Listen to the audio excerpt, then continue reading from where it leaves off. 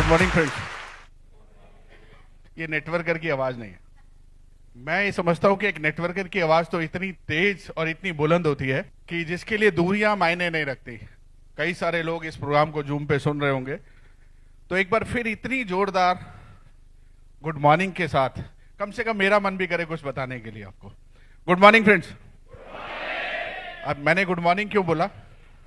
क्योंकि नेटवर्कर के लिए कभी शाम होती नहीं है। पिछले लगभग 26 सालों से मैं नेटवर्क मार्केटिंग इंडस्ट्री के साथ जुड़ा हुआ हूं। कुछ साल एज ए नेटवर्कर रहा, एक कंपनी के साथ काम किया, कुछ खट्टे मीठे एक्सपीरियंसेस लिए, और सन 2006 से मैं लीगल कंसल्टेंसी में हूं। एमएलएम कंपनीज को लीगल कंसल्टेंसी देता हूं। और जैसा मैंने अभी थोड़ी देर पहले बताया था कि एक एसोसिएशन बनाई है, विश्व डायरेक्ट सेलिंग व्यापार संघ, और पूरे हिंदुस्तान से करीब 40 कंपनीज अपनी मेंबर है, जिनको मैं ये बताने की कोशिश कर रहा हूं कि एमएलएम इंडस्ट्री क्या है। एमएलएम इंडस्ट्री क्या है? अभी थोड़ी देर पहले आप श्री देसाई साहब को सुन रहे थे और वो एक शब्द बोल रहे थे कि हमें टिके रहना है, हमें लगे रहना है, हमें मेहनत करनी है। तो एक छोटी सी स्टोरी मैं आपके साथ शेयर करना चाहता हूं, उसके बाद मैं लीगल पार्ट्स पे आऊंगा। एक बार एक आदमी रेगिस्तान में भटक रहा होता है, उसे प्यास लगती है, तो किसी एक आदमी से पूछता है कि भैया पानी कहां मिलेगा? उसने कहा यहां से 100 मीटर दूर जाओ, 25 फुट का एक गड्ढा खोदो, आपको पानी मिल जाएगा। उसने वही किया, बट अफसोस उसे पानी नहीं मिला। वो बड़ा दुखी हुआ। एक और आदमी वहां से गुजर रहा था, उसने उससे पूछा कि सर पानी कहां मिलेगा? तो उसने कहा यहां से 100 मीटर दूर जाओ और 50 फुट खोदो, आपको पानी मिल जाएगा। वो थोड़ा और आगे गया और उसने 50 फुट गड्ढा खोदा, बट उसको पानी नहीं मिला। फिर वो दुखी हुआ। एक और आदमी वहां से गुजरा, उसने वही सवाल उससे किया, तो उसने कहा आप बड़े बेवकूफ हो, पानी यहां है ही नहीं, यहां से 200 मीटर आगे जाओ और 100 फुट खोदो, आपको पानी मिल जाएगा। तो बेचारा बड़ा दुखी हो गया, क्योंकि ऑप्शन कुछ और था नहीं उसके पास। तो आगे जाने लगा, गड्ढा खोदने की तैयारी कर रहा था। तो पहले वाला आदमी आता है और उसको बोलता है यार बड़े बेवकूफ हो आप, जहां आपने पहली बार 25 फुट खोदा था, अगर आप वहीं 100 फुट खोद लेते तो पानी वहीं मिल जाता आपको, दोबारा आपको बार बार खोदने की जरूरत नहीं पड़ती। दोस्तों, नेटवर्क मार्केटिंग इंडस्ट्री जब से मैं देख रहा हूं, बहुत कर्स इंडस्ट्री रही है। लोग इसको एक अच्छी निगाह से नहीं देखते थे। और जब मैं इसमें एज ए नेटवर्कर काम करता था, तो मुझे कई सारे टैग मिले हुए थे, जो मैं अभी आपके सामने नहीं बता सकता। इनफैक्ट मेरे फादर साहब भी मुझे कहा करते थे, देख भाई तू जो भी कर रहा है, अगर मेरे घर पुलिस आ गई तो मैं तेरी कोई हेल्प नहीं करूंगा। ये मेरे डैडी मुझे बोलते थे। उसके बाद चेंज हुआ, हमें ये बताया जाता था कि एक टाइम ऐसा आएगा कि इंडियन गवर्नमेंट की जरूरत बनेगी एमएलएम, मल्टी लेवल मार्केटिंग। और वो टाइम आया सन 2016 में। गवर्नमेंट ने इसके ऊपर गाइडलाइंस बनाई, मिनिस्ट्री ऑफ कंज्यूमर अफेयर्स ने, और 28 दिसंबर 2021 को इसके ऊपर रूल्स फॉर्म हुए। जितनी भी लीगल कंपनीज हैं, जितने भी कानूनन रूप से सही काम कर रहे हैं, उन सबको बोला गया कि आप अपना रजिस्ट्रेशन कराएंगे।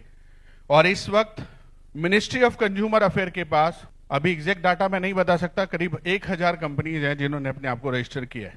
और मैं केपीएमजी के डाटा के अनुसार बता देता हूं कि हमारी गवर्नमेंट इस एमएलएम इंडस्ट्री को लेकर क्या सोचती है। इस 2025 तक जितने डाटा अभी तक अवेलेबल हैं, एमएलएम इंडस्ट्री 65,000 करोड़ का टर्नओवर करने जा रही है। 65,000 करोड़। आप सोच सकते हैं ये कैसी इंडस्ट्री है। अब जैसा कि बहुत सारे ट्रेनर से आप सुनते हो, बहुत सारे जो ट्रेनिंग क्लासेस लेते हैं उनसे सुनते हो, मैं आपको बताता हूं एमएलएम लीगलिटी में क्या आता है। गवर्नमेंट ने जो रूल्स फॉर्म किए, उस रूल्स के अकॉर्डिंगली उन्होंने कुछ कंडीशंस रखी जिनको फॉलो करने के लिए बोला गया। और मैं आपको बता देता हूं, मतलब पिछले 26 साल के मेरे इस एमएलएम कैरियर में मैंने आज तक ई बायोटोरियम के एमडी जैसे कोई इंसान को नहीं देखा। वेरी ऑनेस्टली, वो जब भी मेरे से बात करते हैं जब भी मेरा उनका डिस्कशन होता है तो एक ही चीज उनके मुंह से निकलती है कि रवि साहब इसको 100% लीगल करना है, 200% लीगल करना है इसको। कोई भी ऐसा कॉर्नर नहीं छोड़ना कि कोई हमारे ऊपर उंगली उठा सके। और यकीन कीजिएगा, मैं 15 जनवरी 2022 को सर से पहली बार मिला था और हम लोग सुबह 3 बजे तक बैठे थे एक किसी टॉपिक को डिस्कस करने के लिए। यकीन कीजिएगा, मैंने मन ही मन बहुत सैल्यूट किया था, क्योंकि इस एनर्जी लेवल का डायरेक्टर जो आज भी सुबह 3 बजे तक काम करने की कैपेसिटी रखता है, यकीन कीजिएगा मैंने नहीं देखा। अब ये बात मैं बोल भी इसलिए रहा हूं क्योंकि कई बार मेरी भी काफी लेट बात होती है, तो मैं मैसेज जब ड्रॉप करता हूं ये सोच करके इसका रिप्लाई कल आएगा, बट विद इन सेकेंड्स उसका रिप्लाई आता है, विद इन सेकेंड्स। तो जब ऐसे कैप्टन हो तो उस जहाज के लिए एक बात तो तय है कि अपनी मंजिल को जरूर पाएगा। अब डिस्कस करते हैं। मिनिस्ट्री ऑफ कंज्यूमर अफेयर्स ने कुछ गाइडलाइन बनाई और सेक्शन 4 और 5 और 6 में कुछ ऐसी चीजों को शामिल किया गया कि जो कंपनी लीगल है वो अपने कुछ डॉक्यूमेंट्स को लोड करेंगे। तो मैं आपको वो डॉक्यूमेंट दिखाना चाहता हूं। ये मैं आपको दिखा भी इसलिए रहा हूं, जैसा अभी प्रतीक जी बता रहे थे कि बहुत सारी अफवाहें चलती है एमएलएम को लेकर, और मैंने तो प्रैक्टिकल झेला है। पुलिस स्टेशन, कोर्ट्स, मैं 2 बार जज साहब को डायस पे बिठा के एमएलएम 1945 से लेके 2013, 14, 16 तक समझा चुका हूं, 2 बार। पुलिस वालों को तो इतनी बार समझाया जो उनको समझ नहीं आता कि एक्चुअल एमएलएम है क्या। तो इसी चीज को देखते हुए गवर्नमेंट ने कुछ रूल्स बनाए और कंपनी की लीगैलिटी को लेकर कुछ डॉक्यूमेंट्स अपलोड करने के लिए कहा गया मिनिस्ट्री ऑफ कंज्यूमर अफेयर की वेबसाइट्स पे। मैं चाहूंगा एक बार आप उन डॉक्यूमेंट्स को भी देख लें। ये कंपनी का मास्टर डाटा है, जैसा आप सब देख रहे हैं, और ये सारे गवर्नमेंट के रूल्स के अकॉर्डिंगली है। ये मास्टर डाटा के बाद कंपनी का पैन कार्ड, सभी को पता है, आप सभी जानते हैं। ये सारा कंज्यूमर अफेयर मिनिस्ट्री की वेबसाइट पे लोडेड है, आप चाहें तो चेक कर सकते हैं। लीगलिटी और कंप्लायंस सेक्टर में सारा कुछ ये वहां पे पेस्ट है। ये income tax, certificate of registration, certificate of involvement, that is import export licence, registration certificate, E Biotorium, GST. Next, directors detail, आप सबको पता है वैसे तो, ये डायरेक्टर डिटेल है। ये जीएसटी स्टेट वाइज भी है और सेंट्रल भी है। आप जिस जिस स्टेट में आपकी कंपनी काम कर रही है सब जगह पे जीएसटी रजिस्ट्रेशन है अपना, ये आप खुद चेक कर सकते हैं। दिस इज उद्यम सर्टिफिकेट, कॉपीराइट,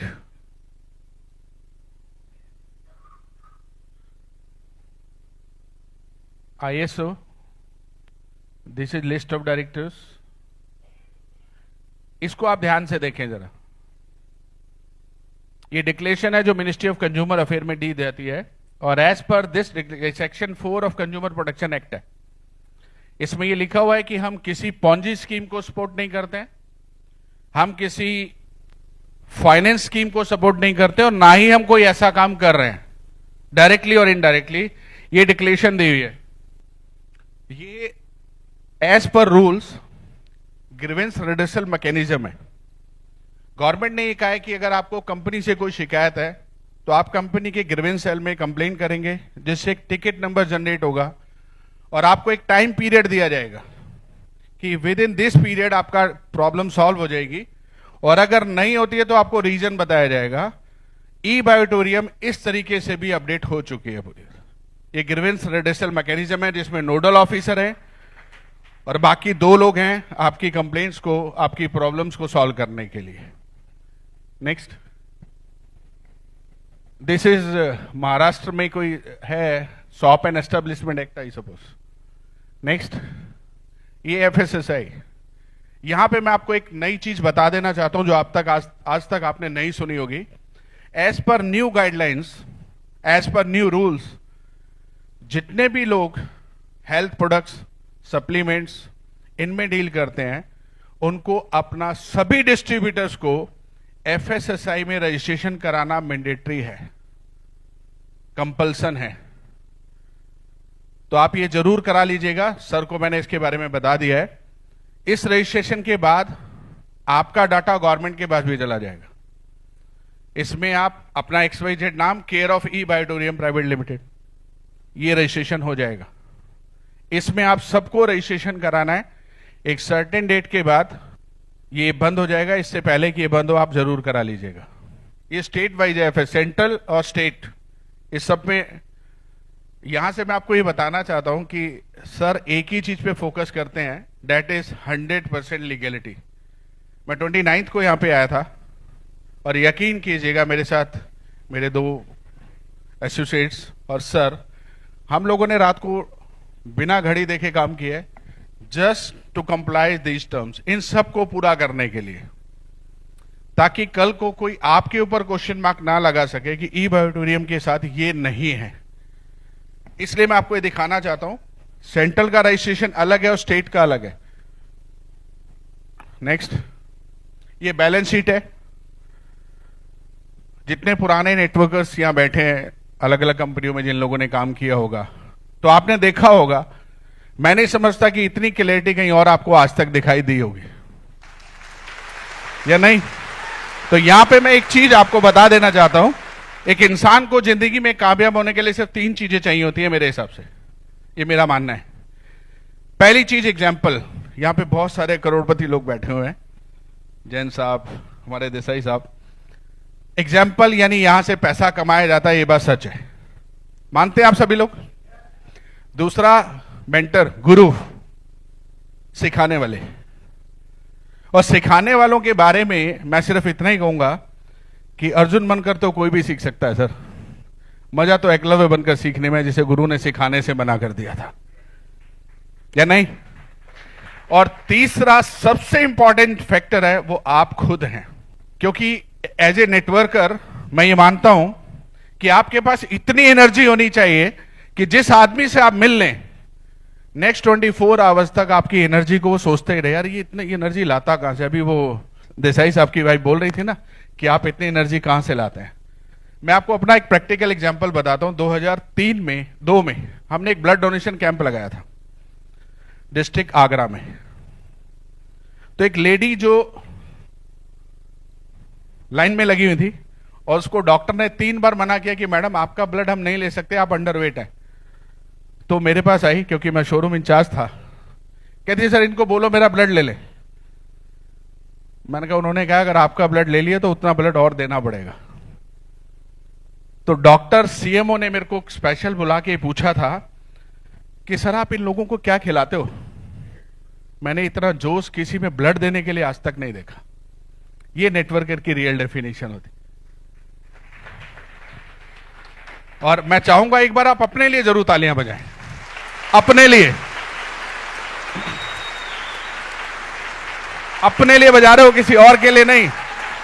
कुछ पड़ोसी सो रहे हैं, वो जग जाएंगे। ये ताली मैंने आपसे अपने लिए क्यों बजवाई है, क्योंकि नेटवर्क मार्केटिंग को ज्वाइन करने के बाद आपने एक बात को प्रूव कर दिया कि आप इस दुनिया के आम आदमी नहीं हो। अगर आप आम आदमी होते तो कहां होते? 10 से 6 की नौकरी। या आप सुबह से बैठे हो और अभी पता नहीं कितनी देर और बैठोगे, सर को सुनोगे भी आप। तो ये तो प्रूव हो गया कि आप एक आम आदमी नहीं हो। तो ये मान लीजिए कि आपके रास्ते में प्रॉब्लम भी आम नहीं आएंगी, क्योंकि हम आम आदमी नहीं है। कुछ ऐसा करना है जो अब तक नहीं हुआ। हर मंजिल वही हमारी जिसको नहीं छुआ। तो ये सारी चीजें देखने के बाद मैं एक चीज आपको अश्योर कर सकता हूं कि लीगैलिटी में आप कहीं भी लैक नहीं करते। बाकी डॉक्यूमेंट्स भी देखेंगे आप, हर चीज ऑफिशियल वेबसाइट पे अपलोडेड है, आप चेक कर सकते हैं। हमने हर उस पॉइंट को कवर करने की कोशिश की है जो गवर्नमेंट ऑफ इंडिया बोलती है, मिनिस्ट्री ऑफ कंज्यूमर अफेयर्स। मैं करीब 14 स्टेट्स के कंज्यूमर अफेयर्स सेक्रेटरी, 6-7 मंत्रियों से मैं मिल चुका हूं इसी सिलसिले में। और अभी हम कुछ और चेंजेस लेके आ रहे हैं। अभी 3-4 महीने पहले एक नोटिस भी आया था मिनिस्ट्री ऑफ कंज्यूमर अफेयर से, आपको याद होगा।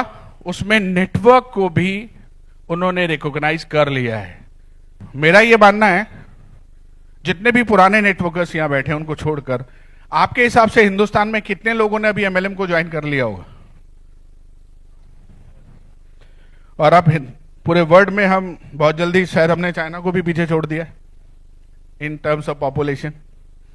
छोड़ दिया है नहीं, या छोड़ने वाले हैं? तो वर्ल्ड की सबसे बड़ी मार्केट पे बैठे हैं हम लोग, या नहीं? तो आज ही डिसाइड कर लो क्या क्या चाहिए और आज ही जुड़ जाए।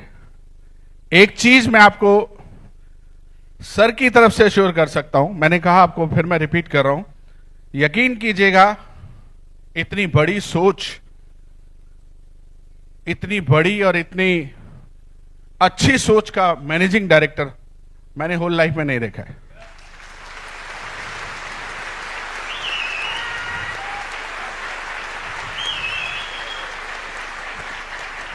कभी भी बात करो तो रवि भैया 100% लीगल होना चाहिए, किसी को अपनी तरफ आंख उठा के नहीं देखने का। मैंने कहा सर आप बेफिक्र रहिए। तो सोचिए, जिस इंसान की सोच इतनी अच्छी है तो आप कहां जाओगे आपको खुद नहीं मालूम। एमएलएम में पॉन्जी स्कीम आप सबने सुना होगा, और कुछ और वर्ड्स हैं जिनको मैं नहीं लेना चाहता यहां से। पॉन्जी स्कीम का डिफरेंस क्या होता है, कैसे पहचानते हैं कि रियल एमएलएम क्या है? जहां पे ज्वाइनिंग के बदले पैसा मिले वो सब इलीगल है, ज्वाइनिंग करने के बदले में पैसा मिले वो सब इलीगल है, यकीन कीजिएगा। यहां पे आपको पैसा कैसे मिलता है? ज्वाइन करके घर बैठ जाओ, 12 घंटे बाद इंसेंटिव आ जाता है, ऐसा है क्या? तो ये लीगल है। ज्वाइनिंग फीस जहां नहीं होती है वो लीगल है, क्योंकि एज पर रूल्स हम फीस ले ही नहीं सकते। किसी भी कंपनी को ये डायरेक्शन नहीं है कि वो ज्वाइनिंग फीस लें। ज्वाइनिंग एब्सोल्युटली फ्री है। मनी सर्कुलेशन आप इतने दो, इतने लेकर जाओ, इतना मिलता रहेगा, जिनको आपकी लैंग्वेज में आरओआई कंपनीज बोलते हैं, वो सब इलीगल है। और बहुत जल्दी हमारी गवर्नमेंट उसके ऊपर बहुत सारी चीजें और लेकर आ रही है। अभी मैं इसलिए डिस्क्लोज नहीं कर सकता, सभी अंडर प्रोसेस है। एक नया नोटिस बहुत जल्दी मिनिस्ट्री ऑफ फाइनेंस निकालने वाली है अगले 8-10 दिन में, जो आपके लिए बहुत बड़ी खुशखबरी होगी। ये बातें मुझे इसलिए पता है कि मैं इन लोगों के टच में रहता हूँ, अक्सर इनसे मिलता हूँ, और एमएलएम को लेकर जो भी डेवलपमेंट हो रही है, मेरे साथ 3 एसोसिएशन और है हिंदुस्तान में, Indian direct selling association, federation of direct selling association, और एक और है AS करके कुछ है। तो इन जब भी हम डेलीगेट्स के साथ मिलते हैं तो ये पता लगता है कि गवर्नमेंट आगे जाके क्या सोच रही है इसको। आज से 20 साल पहले जब हमें ये सब कुछ बताया जाता था तो सबसे ज्यादा मैं हंसता था कि बहुत अच्छा तरीका है लोगों को पागल बनाने का, ऐसा कुछ नहीं होने वाला जैसा ये बोलते हैं। बट आज मैं मानता हूं, क्योंकि मैं देखता हूं इसकी ग्रोथ को, और गवर्नमेंट्स के IAS ऑफिसर्स को, सेक्रेटरीज को जब मैं देखता हूं, तो मुझे लगता है कि हम उस टाइम गलत थे, आज सही है। हिंदुस्तान की जरूरत है ये। और आप एक चीज यकीन कर लीजिएगा, लीगल के मामले में आप 100% सेफ हैं। इन एवरी टर्म्स आप 100% सेफ हैं। आपकी लीगैलिटी को कोई क्वेश्चन मार्क नहीं लगा सकता, बस जरूरत है आपकी। लास्टली एक मेरा खुद का लिखा हुआ कुछ शब्द है कि चिराग हो कि ना हो हम दिल जला के रखते हैं। चिराग हो कि ना हो हम दिल जला के रखते हैं। हम आंधियों में भी तेवर बला के रखते हैं। मिला दिया पसीना भले ही मिट्टी में, हम अपनी आंख का पानी बचा के रखते हैं। एक खुद से नहीं बनी अपनी वरना, एक खुद से नहीं बनी अपनी वरना, जमाने भर से बना के रखते हैं। अरे हमें पसंद नहीं जंग में चालाकी, अरे हमें पसंद नहीं जंग में चालाकी, जिसको रखते हैं निशाने पे बता के रखते हैं। Thank you. मैं ई-बायोटोरियम का, सागर साहब का, आप सभी लोगों का बहुत ज्यादा शुक्रगुजार हूं। आपने मुझे सुना, टाइम दिया, और दुआ करता हूं कि, मैं सर को अक्सर बोलता हूं कि वो दिन दूर नहीं जब हम बुलंदियों को छुएंगे और हिंदुस्तान की नंबर 1 कंपनी बनेगी ई-बायोटोरियम। वाओ, मेरी जोरदार तालियां। Thank you very much, thank you.